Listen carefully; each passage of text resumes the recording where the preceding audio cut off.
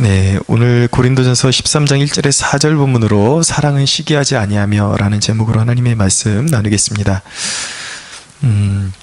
사랑하면 시기하지 않게 됩니다. 더 정확하게 말하면 우리의 본성 안에 시기가 없는 것이 아니라 우리는 시기할 수밖에 없는 사람이지만 사랑하면 우리의 시기의 감정을 뛰어넘을 수 있게 되는 것입니다. 제 친구 목사님을 만났습니다. 며칠 전에 잠깐 만나서 교제를 나눴는데 그분이 이렇게 목회하면서 또 목회자들끼리만 나눌 수 있는 얘기들이 있잖아요. 근데 요즘 교회의 상황들을 이야기하시면서 그런 말씀 하시더라고요. 한 일가족 5명이 세 가족으로 교회에 나올 수 있는 그런 여건이 되었는데 근데 거리가 상당히 조금 멀었다고 합니다. 그래서 목사님이 이제 혼자 목회를, 거기도 그렇게 큰 교회는 아니니까 다 하시다 보니까 바쁘고 그러니까 일일이 다 차량 운행을 할 수 없고 그 가정이 특별한 상황을 봐서 그 가정에 한해서 차량 운행을 좀 해야겠다고 교회에다가 이렇게 중직들에게 좀 의견을 내비쳤더니 가장 믿고 있었던 권사님이 한마디로 그러시더랍니다. 그러면 형평성에 어긋나지 않습니까? 이분이 충격을 받았대요. 가장 믿던 그런 권사님이었는데 어떻게 그럴 수가 있을까? 여러분, 오래된 교회일수록 조심해야 되고 신앙의 연륜이 더해갈수록 조심해야 되는 것이 무엇이냐면 신앙이 화석화되는 것입니다. 마음이 점점 굳어지는 것이죠. 사랑이 흐르지를 못하고 굳어버리는 것이죠. 많은 사람들이 하나님과의 교제의 기쁨을 잃어버리면서 시기와 질투의 노예가 되어버립니다. 정말 조금 영혼을 향한 조금의 일말의 사랑이라도 있었다라면 그걸 가지고 형평성을 논할 수 있었을까? 그런 생각이 듭니다. 어느새 자기도 모르게 이제 종교인이 되어갔던 것이죠. 안 믿는 사람보다 믿는 사람들이 은혜를 잃어가면 더 무섭게 되는 경향이 있습니다. 기독교 역사를 이렇게 짚어보면은 막 은혜 받고 참된 그 신자들을 제일 가혹하게 핍박했던 사람들이 누구냐면은 교회 외부에 있던 사람들이 아니라 나름대로 하나님을 믿는다고 하는 교회 안에 있는 사람들이 성도를 핍박하는 그러한 일들이 있었죠. 우리가 신앙생활하면서 그런 어떤 처음 믿을 때 그 신앙의 생동감을 잃어버리고 이제 그 사랑을 잃어버리면 이제 종교의 영에 이제 사로잡히게 되는데 이 종교의 영은 굉장히 무서운 것입니다. 한번 사로잡히기 시작하면 이제 정말 열매 맺을 수 없는 그런 이제 밖에 버려져서 밟힐 수밖에 없는 그런 존재가 되어버리는 것이죠. 그러니까 우리 마음에 사랑이 있느냐 없느냐 이것은 단순하게 그냥 사랑의 문제일 뿐만 아니라 우리 신앙의 사활을 거는 그런 어떤 문제라는 그런 것입니다. 시기하면 어떤 일이 생기는가? 첫째는 자기의 장점을 잃어버리고 자기에게 없는 것에 집착하게 됩니다. 사울이라는 인물을 보면 다윗을 향한 여인들의 환호를 듣고 분개를 하죠. 골리앗을 쳐 죽이고 돌아오는데 이제 사울은 천천히요, 다윗은 만만이다. 이게 이제 막 여인네들이 떠드니까 그 소리를 듣고 갑자기 그 환호를 듣고 마음이 확 이제 울컥하게 됩니다. 분개하죠. 그리고 다윗을 시기하고 심지어 다윗을 두려워하기까지 하는 것입니다. 사울 자신에게 주신 하나님의 그 달란트가 있고 장점이 있는데 다윗에게 있는 것만 바라보고 다윗에게 있는 사람들이 환호하는 다윗의 장점들을 바라보면서 집착하니까 거기에 집착하니까 자기가 가지고 있는 장점에는 눈을 뜨지를 못하는 거예요. 잃어버리는 것입니다. 하나님이 자기를 어떻게 고유하게 지으셨고 어떤 좋은 것들을 주셨는지를 망각해버리는 것이죠. 그러니까 거기 계속 사로잡히게 되는 거예요. 상대방의 미움에 대한 그런 시기와 환멸에 사로잡히게 되는 것입니다. 다윗이라는 인물은 분명히 정말 메리트가 있는 인물이었어요. 골리앗을 처단함으로 용맹을 떨쳤고, 또 이스라엘 사회에서 뉴페이스로 정말 주목을 받게 될 수밖에 없는 그러한 인물이었습니다. 그런데 가만히 보면 사울에게는 다윗이 범접할 수 없는 한 가지가 있었는데, 그것이 무엇이냐면 권위라는 것입니다. 아무리 그때까지만 해도 아무리 다윗이 칭송을 받을지라도 그 국가의 권위와 권력은 아직까지 사울에게 있었던 거예요.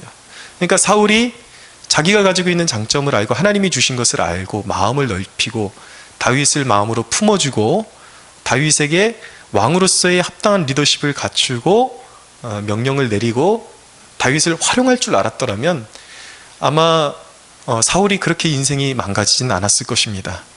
더욱더 그 인생의 위대함이라는 것은 내가 위대해서만 위대해지는 것이 아니라 나보다 더 위대한 사람을 활용할 줄 아는 것에서도 그 사람의 위대함이 나타나는 것이죠. 바울과 바나바를 보세요. 바울은 카리스마가 엄청 강한 사람이었고 바나바는 약 섬김의 유형의 사람이었고 부드러운 사람이었지만은 결국 바울을 바울되게 한 사람은 바나바였습니다. 자기 이름을 드러내기를 원하는 것이 아니라 아무도 그 바울을 믿어주지 않을 때에, 바울이 회심했다는 것을 믿어주지 않을 때에 바나바가 믿어주고 적극적으로 사람들 앞에서 증명해주고 이 사람은 정말 회심했다. 그리고 적극적으로 주님의 그 사명을 감당하는 일에 바나바가 초반에는 길잡이를 많이 해주죠. 그러니까 역사 속에 바울이라는 인물이 일어서기까지 바나바의 그 관대함과 바나바의 넓은 마음이 분명히 작용했다라는 것입니다. 어떻게 보면 그것이 더 위대한 것일 수 있어요. 사울이 그럴 수 있었는데 자기에게 있는 것을 잃어버리고 자기에게 있는 것을 찾지 못하고 결국 다윗만을 시기하다가 자기의 인생을 소진해버리고 말았다라는 것입니다. 제가 존경하는 목사님 중에 지금 이제 하나님의 부르심을 받았지만 하용조 목사님이 계십니다. 온누리교회 담임으로 계셨던 하용조 목사님이 언젠가 그런 고백을 했던 내용을 책으로 읽었던 기억이 있습니다. 온누리교회 하면 기존 교회랑 좀 다른 분위기가 뭐냐면 부목사님들 가운데서도 굉장히 쟁쟁한 부목사님들이 많습니다. 대외적으로 알려져 있는 그리고 그 학위나 이런 지성에 있어서 정말 이렇게 좀 타의 추종을 불허하는 그런 좋은 이력을 가지신 분들도 더러 있습니다. 근데 이 하용조 목사님이 어느 순간에 교회가 커지고 부목사님들을 데려다 놨는데 자기보다 더 쟁쟁한 학벌에 어떤 경우에는 뭐 설교도 더 잘하는 것 같은 그런 부목회자들도 있고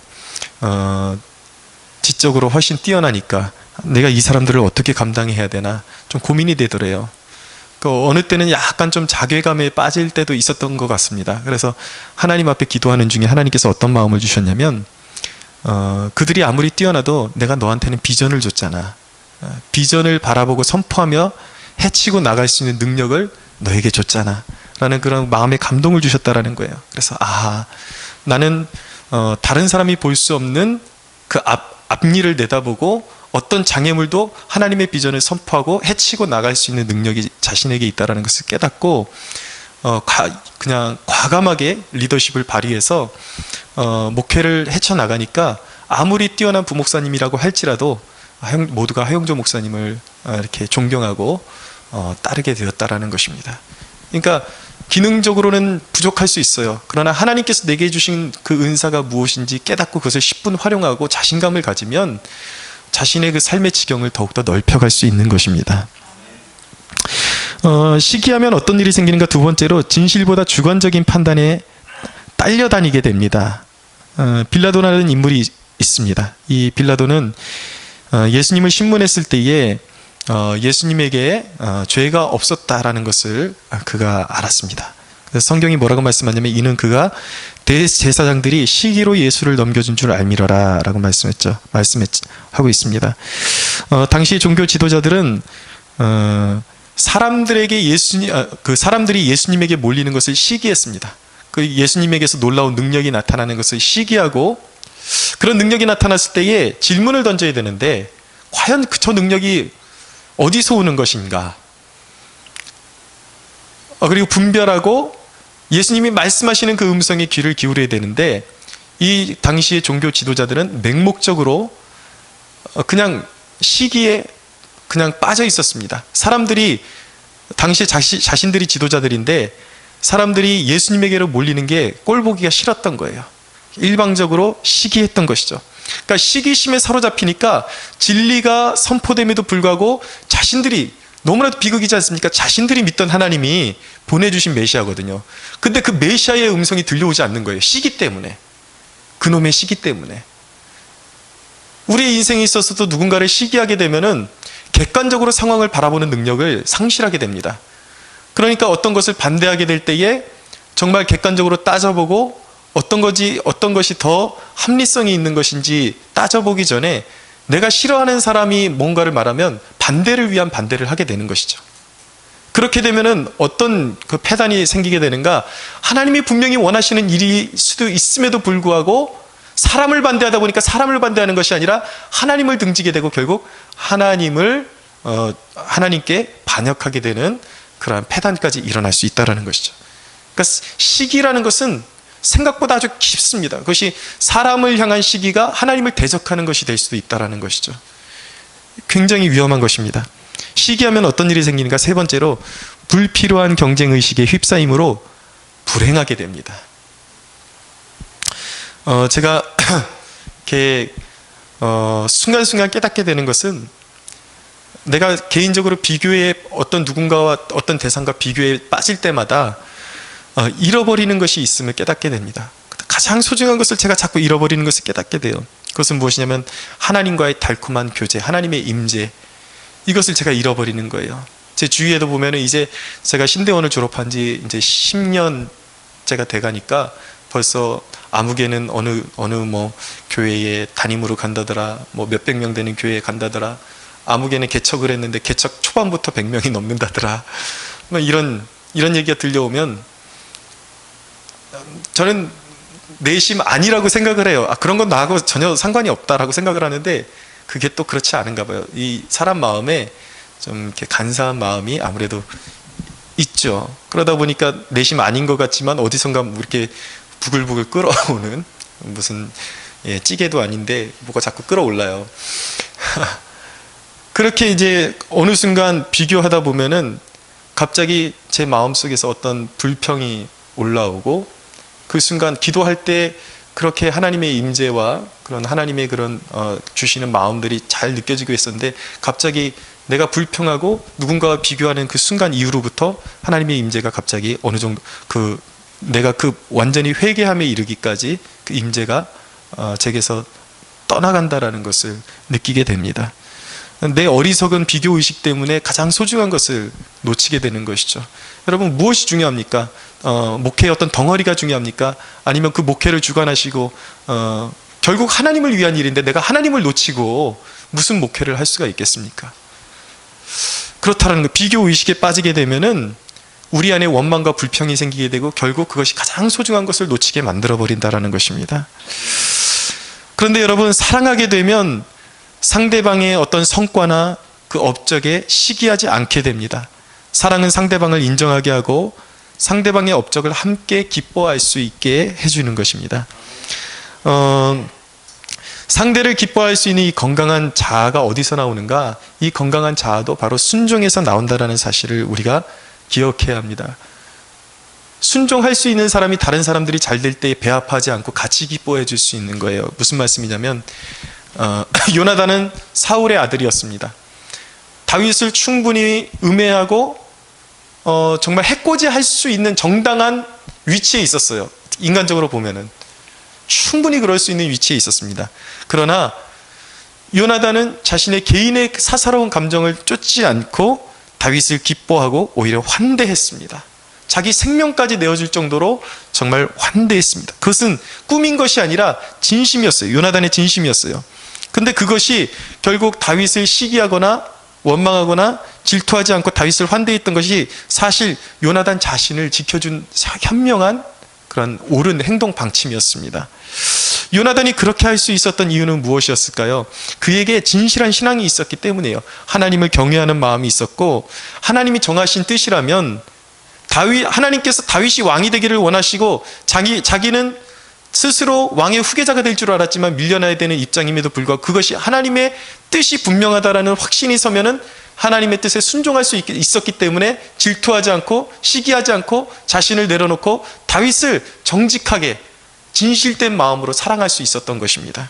그러니까 여러분, 하나님의 정하신 뜻에 순종할 수 있는 마음을 가진 사람이 사람을 시기하지 않고 사랑할 수 있다는 사실을 우리가 배우게 되는 것이죠. 여러분, 우리가 부러워할 필요도 없고 비교할 필요도 없고 누군가를 시기할 필요도 없고 잘난 척할 이유도 없는 것이 왜입니까? 두 가지 이유가 있는데, 첫째는 하나님은 우리 각 사람을 향하신 분명한 계획이 있기 때문입니다. 베드로와 요한이 이 사실을 잘 보여줍니다.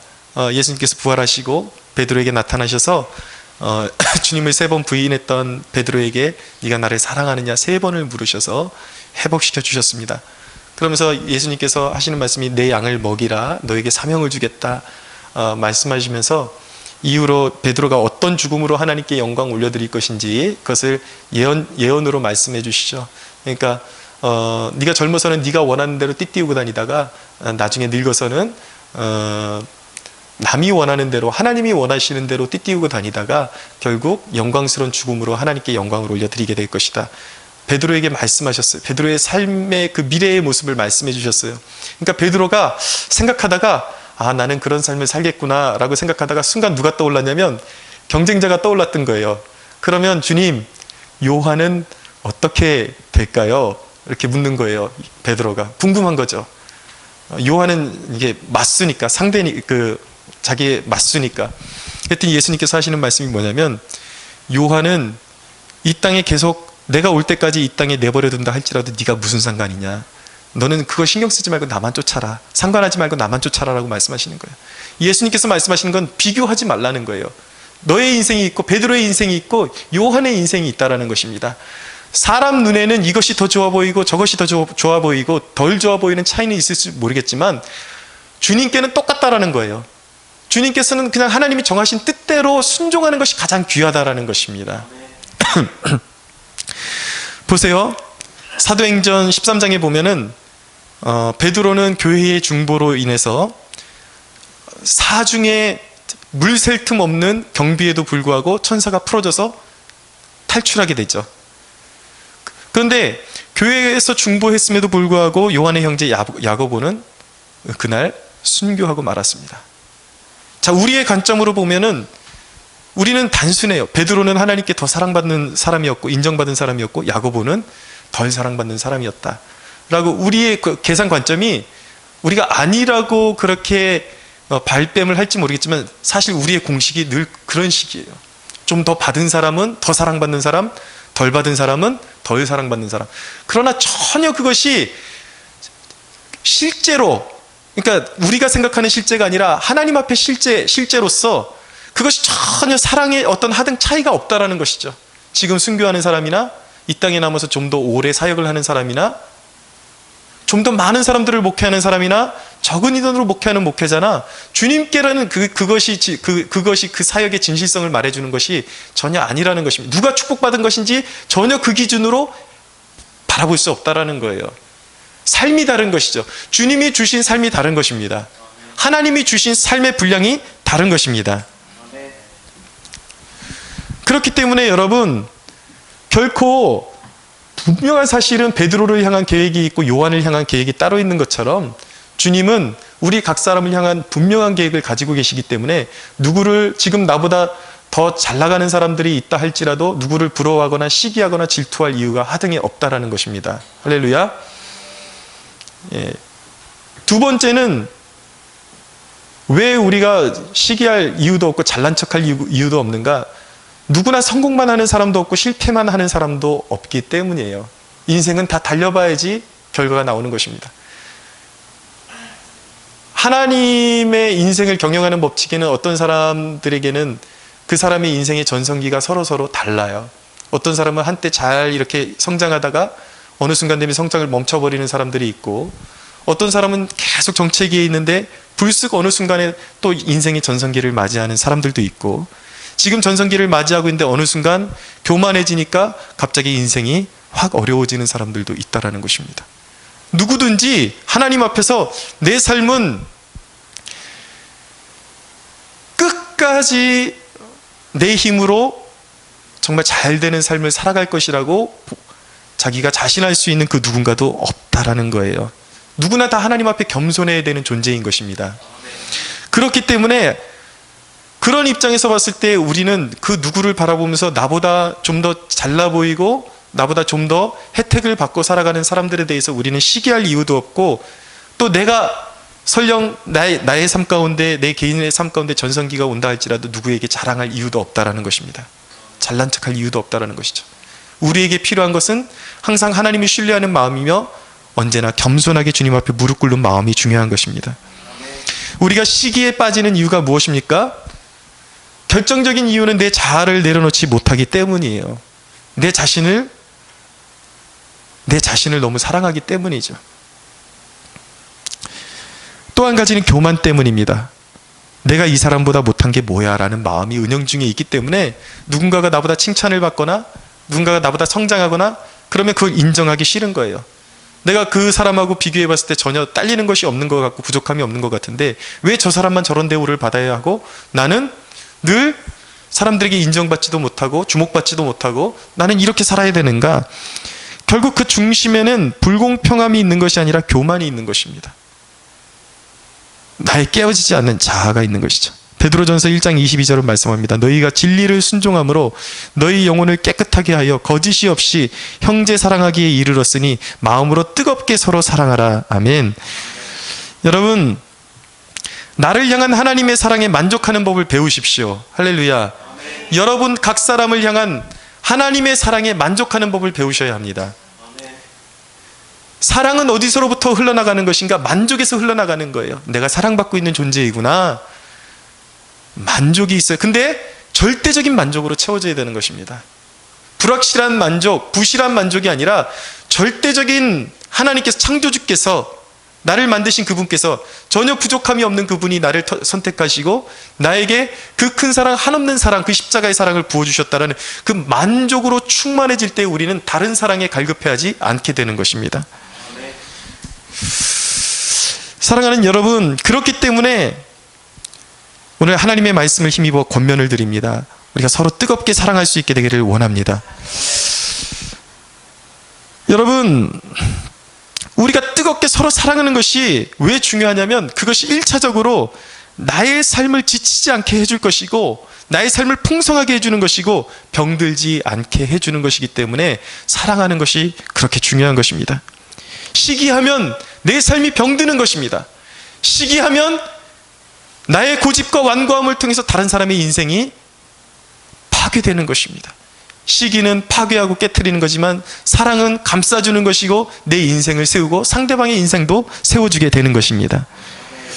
내가 아닌 이타적인 마음을, 내 중심이 아닌 이타적인 마음, 다른 사람을 위한 마음을 근본적인 내 삶의 기준으로 삼고 살아갈 때에 거기서 오는 기쁨이 내 자신뿐만 아니라 많은 사람들에게로 확산되어 나가는 것입니다.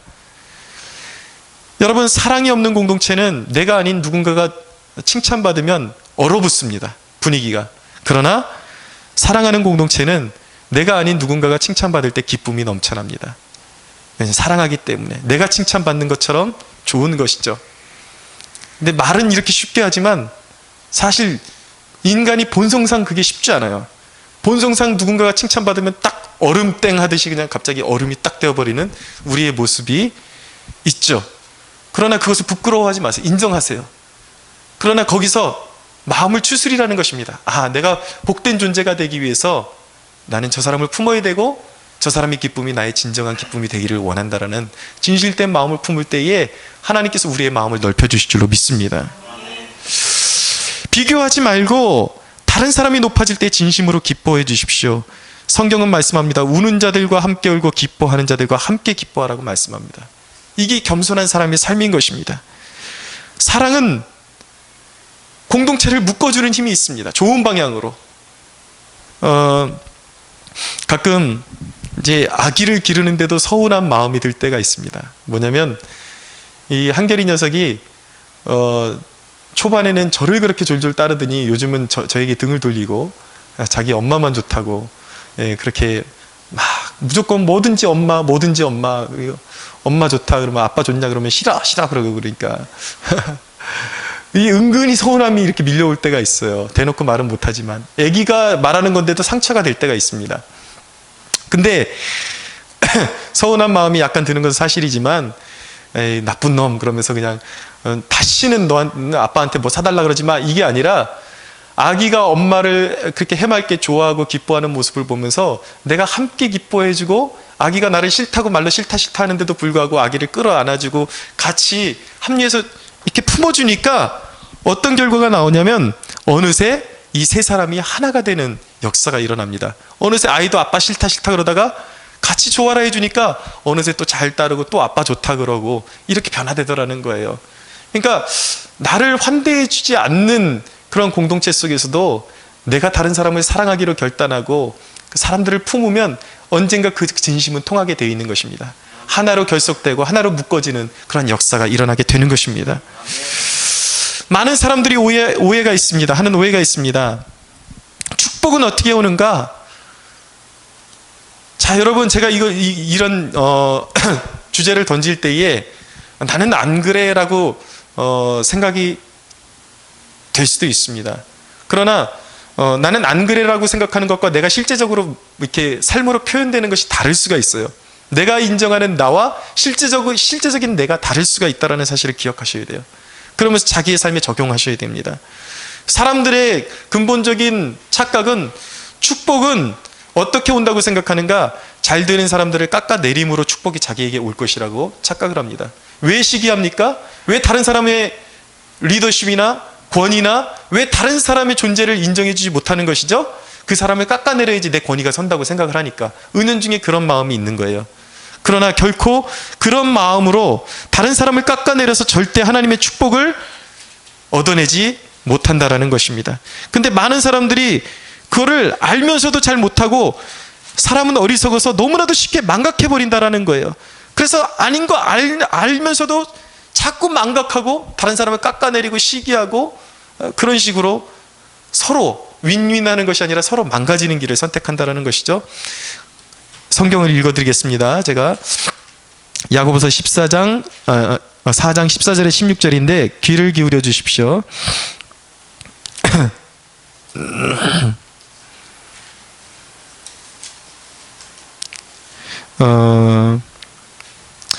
3장 14절에서 16절입니다. 그러나 너희 마음속에 독한 시기와 다툼이 있으면 자랑하지 말라. 진리를 거슬러 거짓말하지 말라. 이러한 지혜는 위로부터 내려온 것이 아니요 땅 위의 것이요 정욕의 것이요 귀신의 것이니 시기와 다툼이 있는 곳에는 혼란과 모든 악한 일이 있습니다. 시기가 있는 곳에는 좋은 일이 있는 것이 아니라 혼란과 다툼, 악한 일밖에 없다라는 것입니다. 거기서 축복을 기대하면 안 돼요. 그리고 야고보서 4장 1절에서 2절입니다. 너희 중에 싸움이 어디로부터 다툼이 어디로부터 나느냐? 너희 지체 중에서 싸우는 정욕으로부터 나는 것이 아니냐? 너희는 욕심을 내어도 얻지 못하며 살인하며 시기하여도 능히 취하지 못함으로 다투고 싸우는도다. 미련한 사람들은 시기하고 다퉈도 얻지 못하니까 또 다투고 시기한다라는 거예요. 조금 더 다투고 조금 더 상대방을 깎아내리면 얻어낼까? 저 사람이 가진 축복이 내 것이 될까? 자꾸 그렇게 돌고 돌지만 그것은 귀신의 일이요. 거긴 열매도 없고 모든 악한 열매밖에 없다라는 것이죠. 결코 그렇게 하나님의 축복을 얻어낼 수 없다라는 것입니다. 여러분, 축복은 시기로 얻지 못하는 것입니다. 또 한 가지 얻지 못하는 이유는 무엇인가? 구하지 않기 때문이라고 말씀하고 있어요. 야고보서 4장 2절이죠. 너희가 얻지 못하면 구하지 아니하기 때문이요. 사람들이 어리석은 것은 자신들이 축복을 얻지 못하는 이유는 하나님 앞에 간절함이 없고 기도하지 않기 때문에 얻지 못한 것임에도 불구하고 사람들은 착각한다라는 거예요. 내가 마땅히 받아야 될 축복을 누군가가 앗아갔다라는 거예요. 내가 얻어야 될 자격을 다른 사람이 앗아갔다라는 것입니다. 그러면서 저 사람 때문에 내가 설 곳이 없다라는 것이죠. 그러니까 그것이 미련한 인간의 착각 착각이라는 것입니다. 그러나 하나님의 진단은 네가 저 사람 때문에 잘못되는 것이 아니라, 축복을 받지 못하는 것이 아니라, 네가 나에게 정말 진실된 마음으로, 간절한 마음으로 구하지 않기 때문에 축복을 받지 못한다는 것입니다. 여러분, 축복은 기도함으로 받는 것입니다. 아브라함과 롯을 보십시오. 아브라함은 롯과 경쟁하지 않았습니다. 땅이 좁아지니까 아브라함은 롯에게 친절하게 네가 보이는 땅에 좋은 곳으로 선택해서 가라. 네가 좌하면 나는 우할 것이고, 네가 우하면 나는 좌할 것이다. 이 선택의 중심에는 뭐가 있냐면 하나님을 경외하는 마음이 있는 것입니다. 하나님을 의지하는 마음이 있는 것입니다. 하나님을 진심으로 의지하는 사람은 시기하지 않고 관용과 온유를 나타내게 되어 있는 것입니다. 그래서 야고보서 3장 17절에 18절은 뭐라고 말씀하냐면, 오직 위로부터 난 지혜는 첫째 성결하고, 다음에 화평하고, 관용하고, 양순하며, 긍휼과 선한 열매가 가득하고, 편견과 거짓이 없나니 화평하게 하는 자들은 화평으로 심어 의의 열매를 거두느니라 라고 말씀합니다. 할렐루야. 여러분, 사랑은 나보다 유리한 조건을 가진 사람을 저주할 때에 저주하는 것이 아니라, 사랑은 나보다 유리한 조건에 있는 사람을 축복하는 것입니다. 내가 얻어야 될 축복을 가로채간 사람이라 할지라도 그 사람을 축복할 때에 거기서부터 우리의 참 축복이 임하기 시작하는 것입니다. 그럼 여러분, 우리가 좀 특별한 질문을 한번 던져볼 필요가 있습니다. 과연 우리가 신앙생활하고 살아가는데, 하나님 앞에 살아가는 데 있어서 그런 필요한 시기도 있을까라는 질문이에요. 우리에게 필요한 좋은 시기심도 있을까? 여러분들은 어떻게 생각하십니까? 그러나 성경을 통해서 분명히 말씀하는 것은 우리에게 필요한 시기심도 있다라고 정의를 내릴 수가 있는 것입니다. 로마서 11장 11절은 이렇게 말씀합니다.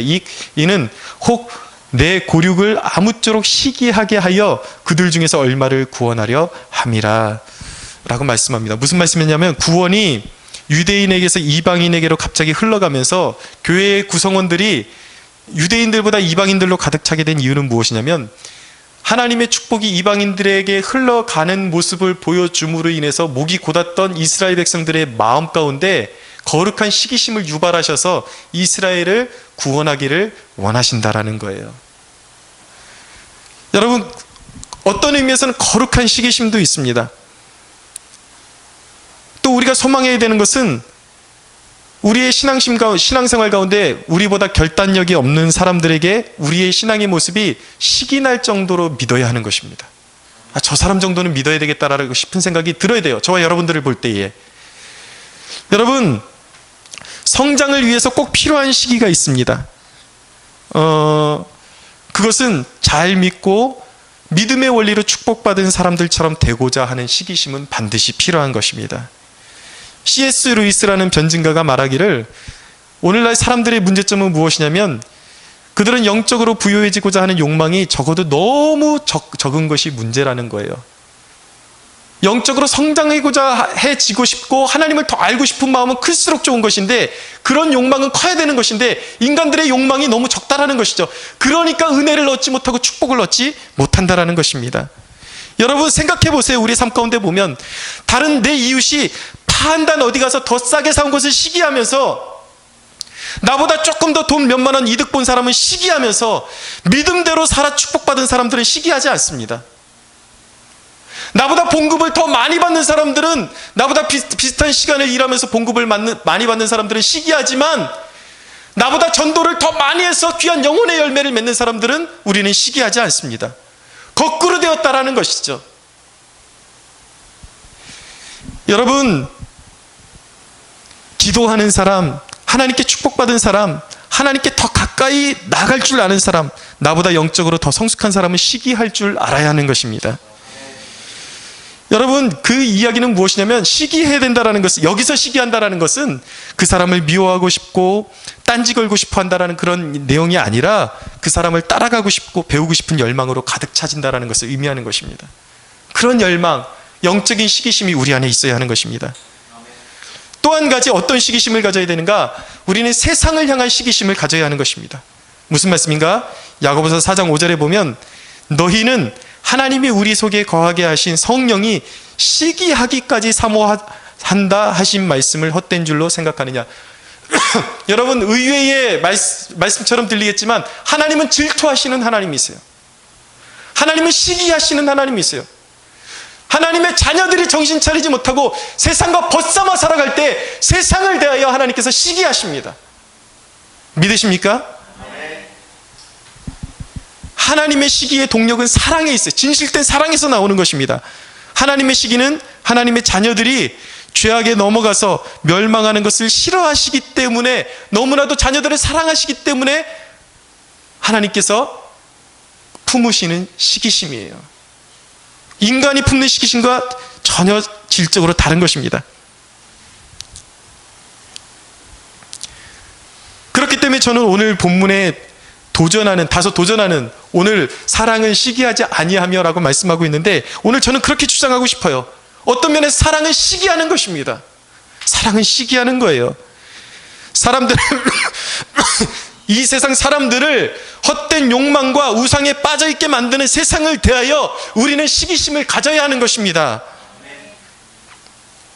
하나님보다 세상을 더 사랑하는 사람들을 대하여 우리는 어떤 존재가 되어야 되는가? 사람들을 볼모로 잡고 포로로 잡고 있고 하나님보다 세상을 더 사랑하게 만들고 하나님께 시간을 드리는 것보다 세상에 더 시간을 드리게 만드는, 그렇게 붙잡는 세상에 대하여 우리는 질투의 화신이 되어야 하는 것입니다.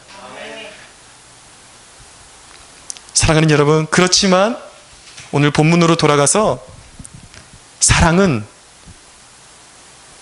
우리 이웃이 잘 되는 것에 대해서, 우리 이웃이 어떤 성과를 거두는 것에 대해서 시기하지 않는 것입니다. 다른 사람에 대해서 시기하지 않는 것입니다.